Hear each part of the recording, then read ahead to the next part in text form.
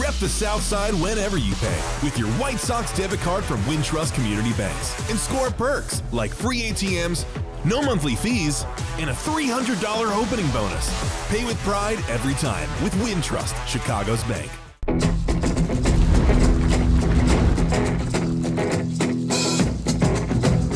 Hey everybody, it's Chuck Garfien. Welcome to the White Sox Podcast. It is brought to you as always by Wintrust, Chicago's bank. Show your team pride with a White Sox debit card. Get yours at wintrust.com/Sox. Member FDIC, EHL lender. All right, last year, as we know, the White Sox broke the modern day record for losses in a season with a 121. It became a national story, and yes, we all have the scars to prove it. And considering the 1962 Mets held that record for 42 years, I assumed that the stain of last season would stick around for years, possibly even decades. But the Colorado Rockies could be coming to the rescue. They are very much flirting with the White Sox record, losing so many games in so many ways. At one point, they were on pace to lose 136 games. And there's a chance the White Sox will only hold on to this record for futility 1 year. So on the podcast, I'm going to speak with the guy who is covering the Colorado Rockies, and he's been covering them since 2005. Patrick Saunders of the Denver Post. What is going on in Colorado? He has stories to tell. Will they break the White Sox record? This was interesting.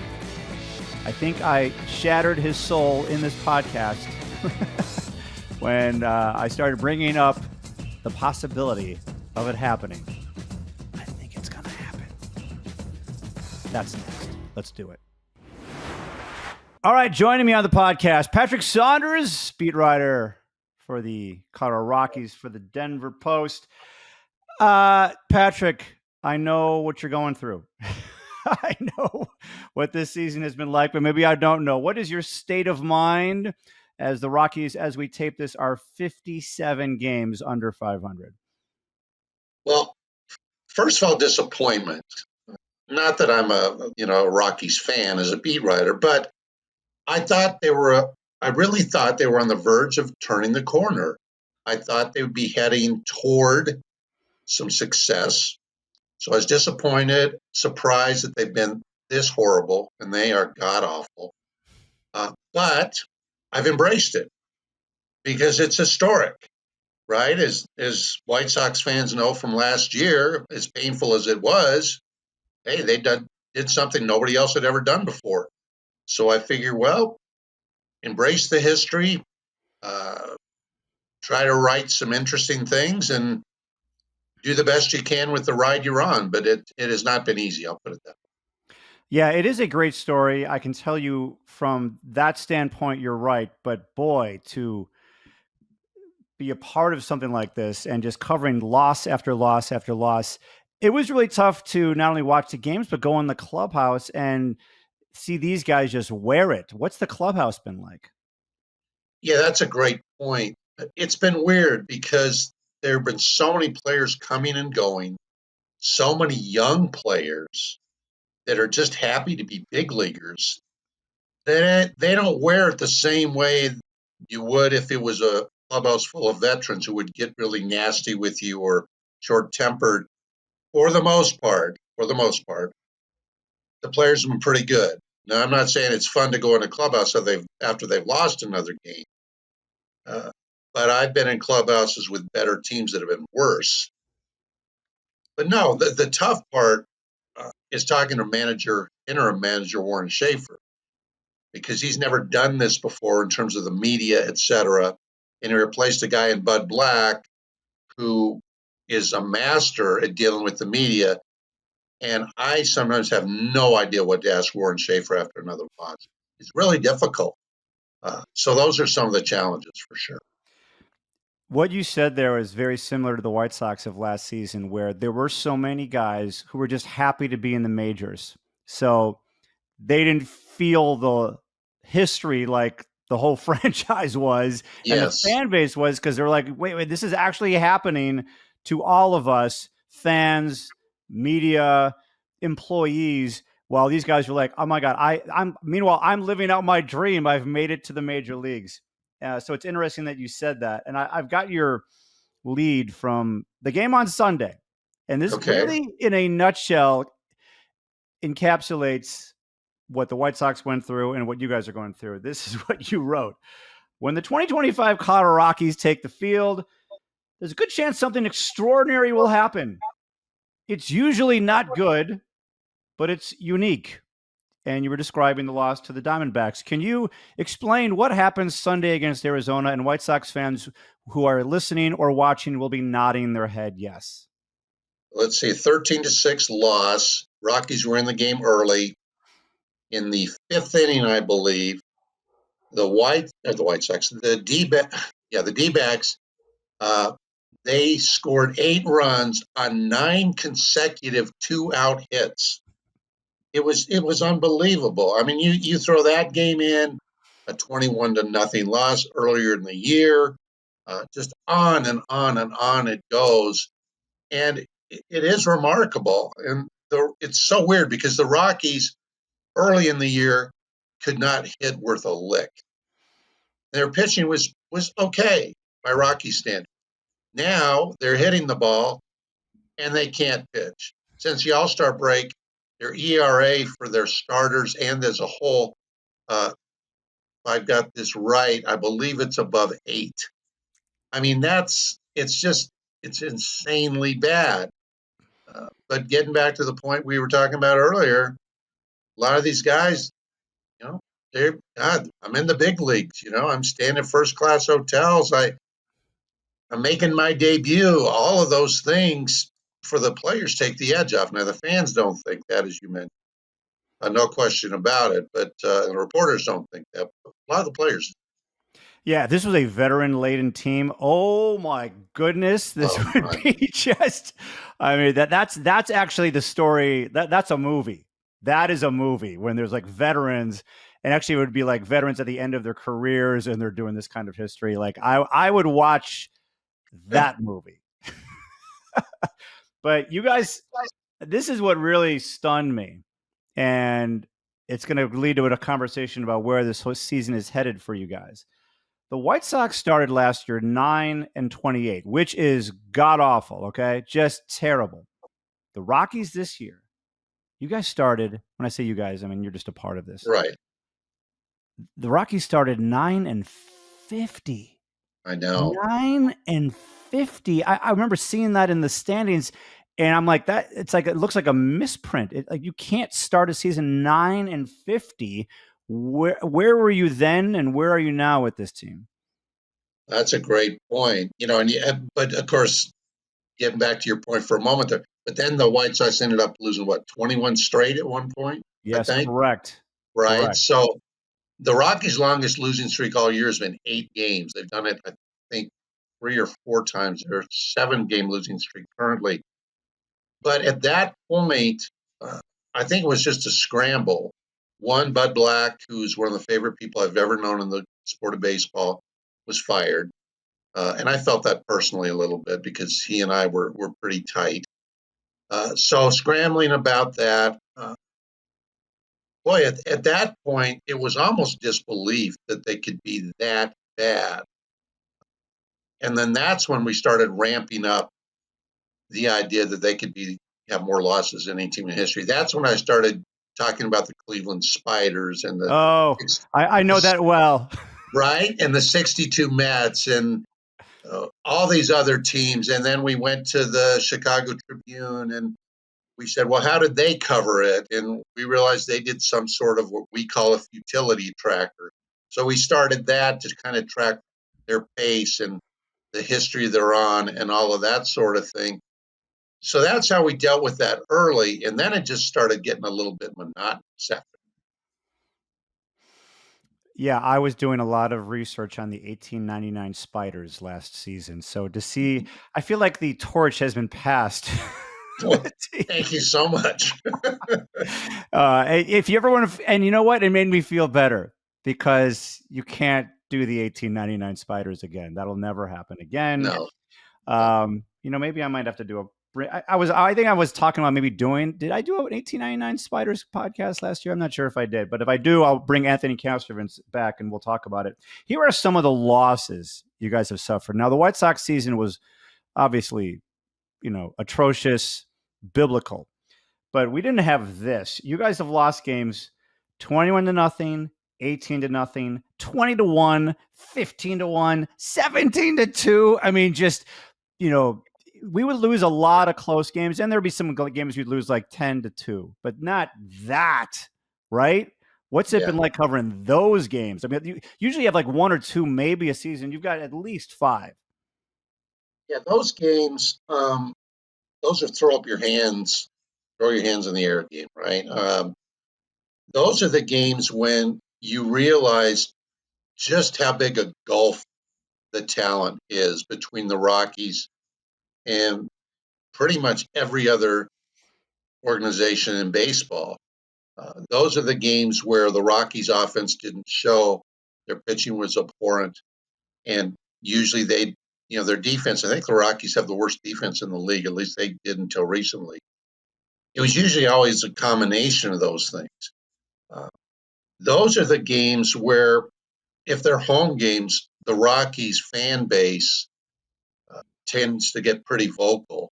I don't know if you've spent some time in Colorado, I understand. So you know that Coors Field is like this magical little baseball kingdom where you go for a beer and a brat on a summer night. And for a lot of fans, the game is kind of secondary.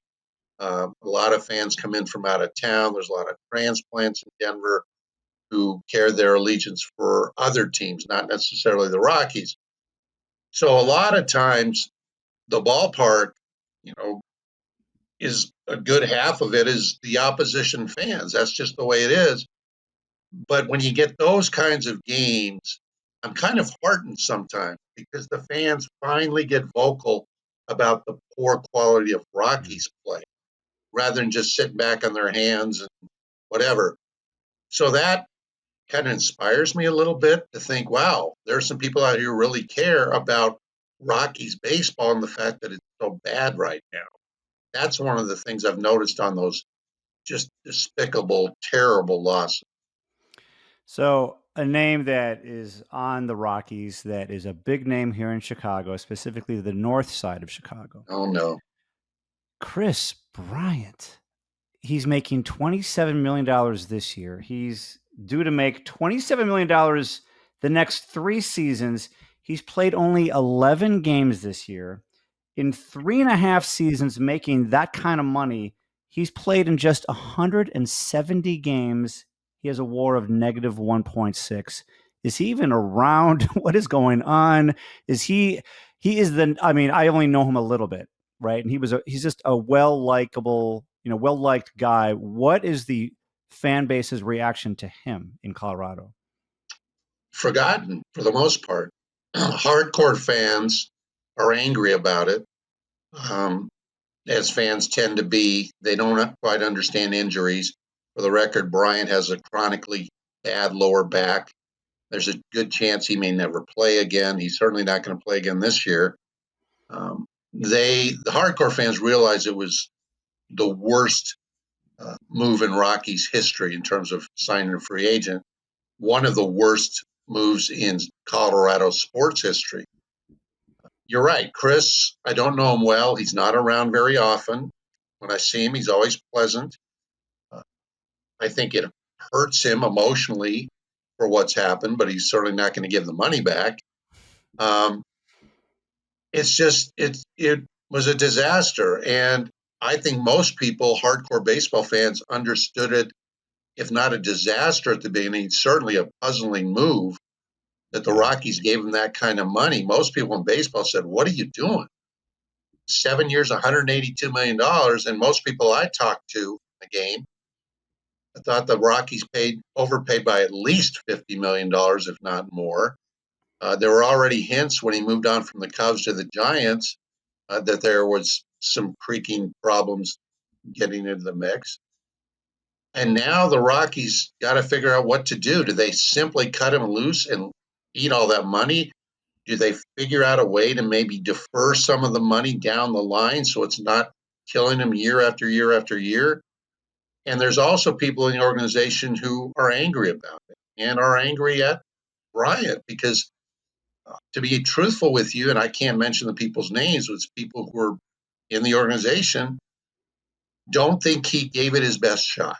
They think they know other players who've been through much more pain, who gutted it out and did the best they could. And there's a feeling among some people in the Rockies organization that Kris Bryant has not done that. That he said, I'm hurt. There's nothing I can do about it. I'll go through treatments and do what I can, but it is what it is. So there's some resentment there about Kris Bryant. Yeah, I can believe that. I can see it. Let's talk about the White Sox now, because I'm curious. Are the White Sox a topic of conversation, if not in the clubhouse, in the organization, that the Rockies do not want to break their record from last year? There has not been so far. I think when the White Sox and the Rockies played earlier this year, that was a topic. I think we brought it up to the manager and he dismissed it. We rarely talk to owner Dick Monfort, and of course that's a different story altogether. People tend to shy away from it. It's kind of under the radar right now. Now, as we near September, and if the Rockies remain on pace to challenge the White Sox for 121 losses, then it's going to be an unavoidable topic. Right now, it's not really a very hot topic. I have one reader who this morning, actually, I got an email, and he's always on my case because I don't do it often, but every once in a while I'll bring up the fact that the Rockies are on pace to match or beat the White Sox. And he gets real angry with me because what are you doing? Just cut and paste. You say the same thing every day. Well, no, I don't. I haven't mentioned it in a few weeks. But this guy he's a Rockies fanatic, and he gets upset. He thinks I'm violent. But if the Rockies in September, toward those last couple of series, if they are closing in on the record, then it's going to be an unavoidable question. The players probably don't. They say they don't know. They don't keep track. Know. Come on. Of course they do. Of course they do. That's the same thing they say they don't pay attention to the fact they're in a 3 for 30 slump. I don't pay attention to the number. Yeah, they do. But that's. See, this is what's different. Very different. We were talking about that Mets record in like July, and it was the elephant in the room, and at times very loud. This got a lot of coverage for the whole second half of the White Sox season. So it's interesting a year later that it's not bringing up the attention that we had here in Chicago. Now, in mid-May, I'm like laughing before I even say this. In mid-May, the Rockies were on pace to lose 136 games. Right. I mean, the White Sox were never even close to that. Mid-July on pace for 125. As we tape this, the Rockies need to go 10-35 for 122 losses to break the record. Do you think this team will go 10-35 and break the record? If you'd asked me that 10 days ago, I would have said no. I would have said they're not going to lose 122. I said a couple months ago, I thought they'd end up losing around 115. However, since the trade deadline and since the pitching has become so bad of late, and because they have a ton of road games coming up and a pretty tough schedule, throw all that in the mix, yeah, it's going to come down to the wire. They've got a real chance at history here, and I'm a history buff. So at least it'll keep me interested. The team right now is just in a really, really bad place. So, like I said, a week, 10 days ago, 2 weeks ago, I thought it was off the table. I don't think so anymore. And to get back to your point about it being such a hot topic in Chicago, The other thing you have to realize, too, is the media in Colorado and Denver is so different than it is in Chicago, or certainly Philly or New York or Boston or even LA. We're pretty tame here in Denver. There's not a lot of interest in the Rockies, particularly now that the Broncos preseason has started. You have a good Nuggets team. You have a good Avalanche team. You have Coach Prime at CU. He drives a lot of attention. It's just not the same. And to be honest with you, we don't have quite the aggressive reporting crew that you have in Chicago. We just don't. And I'll include myself in that. So that's probably part of the reason. But a lot of time the Rockies are out of sight, out of mind. But if it comes down to September and they're in it, yeah, it's going to heat up. Yeah, I'm looking at how the season just ends for the Rockies. Oof, you mentioned the schedule. So they've got 7 more games with the Dodgers, 7 more games with the Padres, and those two teams have just been beating their butts in this year. 3 at Houston, they're in first place. And then you end the season on the road at Seattle and then at San Francisco. So where they rarely win. In San Francisco? Oh, yeah. San Francisco's a graveyard for the Rockies. So, no, you know what? And truthfully, I had really not looked that closely at their schedule. I knew it was tough. You put it in those terms, holy cow. Get ready. Patrick, I want you covering this story, and I want it to end the way that I want it to end, which is you guys break the record, break our record. I only want it for 1 year. I want to pass it on to you. Enjoy it. How crazy would it be for it to happen twice in the span of 2 years when you'd have to go back to the 62 Mets to find that level of futility? And the thing about the 62 Mets, from everything you read, Roger Angel, of course, was almost the chronicler of the 62 Mets. They were like the lovable losers. Different era. There's nothing lovable about it anymore. This is so funny. This is the kind of stuff we were saying last year.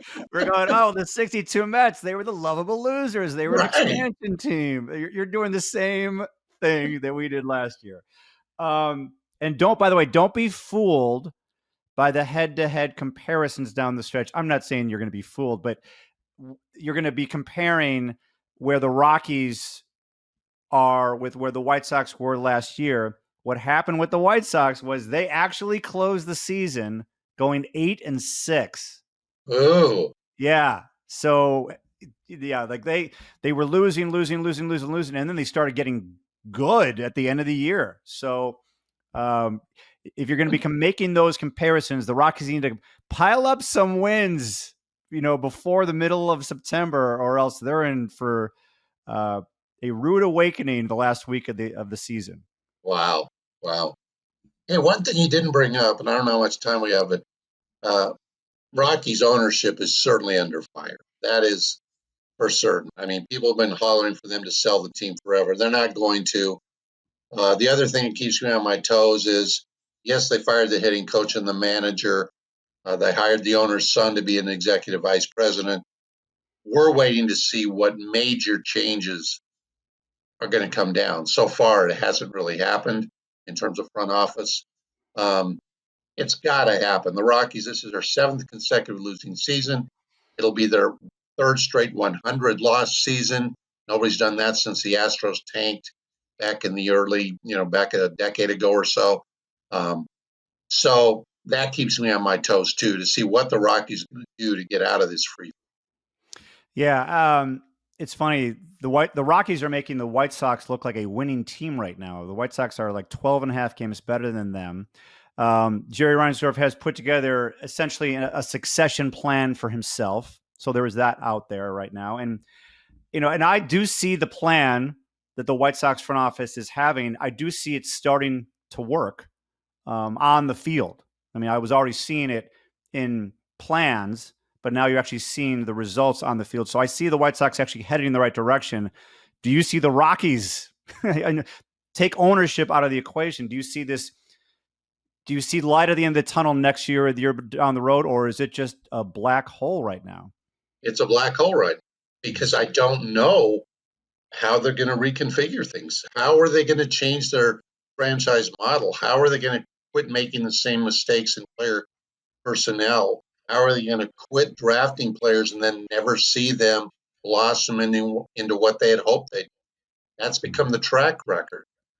And until they make some significant changes, and in my opinion, bring somebody in from the outside to change the culture and shake things up and take a different viewpoint, I don't see light at the end of the tunnel. So that's, I think for hardcore Rockies fans, that's the frustrating thing.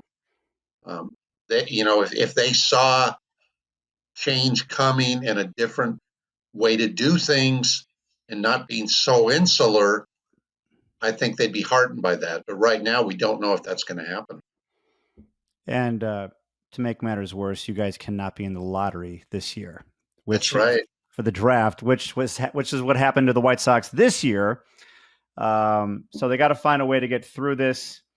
You need to find a way to get through this. But yes, from a story standpoint, I mean, I got to experience this, right? It's like, I'll always remember the 2024 White Sox. And there was a White Sox fan who asked me last week, would you want this record to stick around for a long time so you can say, hey, I covered this team and it was so memorable for some reason. I'm like, no, I do not want this stain anymore. Let's give it to the Rockies. And I don't want you to have it, Patrick. You had nothing to do with it. So hopefully there'll be another team. I want the Rockies to lose 122 games, and maybe some other team will come down the road. So you and I, who are innocent bystanders to this whole thing, don't have to live with it anymore, or not forever, from here to eternity. That's very kind of. Okay. So we'll see what happens. You think that they're going to break the record now? Well, now that I talked to you, yeah, I just wasn't thinking that. But as bad as they're playing now, and man, when you laid out in the terms of what's still on their table schedule-wise, I was like, holy cow. Yeah, great point. All right, we'll see what happens. We'll be watching. We will be watching here in Chicago. We are big fans of every team that plays the Rockies. I mean, I'll just speak for myself. There might be some Sox fans out there who are like, yeah, well, let's keep it. I don't want to keep it. I don't want it anymore. I've had it enough. Colorado, you're my second favorite team right now in Major League Baseball, but for losing. Got to wrap things up with this because anyone who's watching on our YouTube page, they're going to notice the poster behind you. And that is of my favorite artist on the planet, Bruce Springsteen. We are mutual Bruce Springsteen fans. Just can you tell people the story behind that poster and why you're such a big Springsteen fan? Well, first of all, why I'm such a Springsteen fan. I was a big fan way back in college. That's how old I am. But I wasn't fanatic. I saw him in 1981 at Red Rocks. And Red Rocks is one of the greatest places to see his show in the world. His live performance was unlike anything I'd ever seen. I was just blown away. Immediately went out and bought his first 2 albums and became a fanatic. I've seen him, not like some people, not like 250 times. I think I've seen him 25 times. I've seen him on Broadway. I've seen him in other states. He's kind of my musical hero. I love his viewpoint. I love his songwriting. I love his performing. Anyway, the poster behind me I found, I think in Boulder, Colorado. It's a poster of Bruce's show back in 1975 at the Bottom Line in New York when Born to Run had just come out. It was a historic set of shows at the Bottom Line in New York. And I found this poster and I said, I have to have it. So that's what that poster. Love it. Love it. I've seen, people ask me how many shows I've seen, and I just stopped keeping track a long time ago. I think it might be at 70. Wow. I've seen him in Europe several times. Nice. If Bruce Springsteen is playing nearby, I will, and when I say nearby, if he's playing, I'm trying to find a way to go see him perform. I could go on and on and on about him, but it's great to see. There's a lot of sports writers, by the way, who love Bruce Springsteen, just in every sport. There's something about him and his performances and his writing, his music that really seem to grab not only people all over the world, but strangely enough, sports writers and sportscasters. So, Patrick, we are mutual Bruce Springsteen fans and mutual baseball people covering two teams making history. Yep. Thanks for coming on the podcast. I really appreciate it. My pleasure. It was a lot of fun. All right. That's a wrap for this edition of the White Sox Podcast. 𝗗cie 𝗄𝗃, take it away. All right, Chuck, this edition of the White Sox Podcast is over.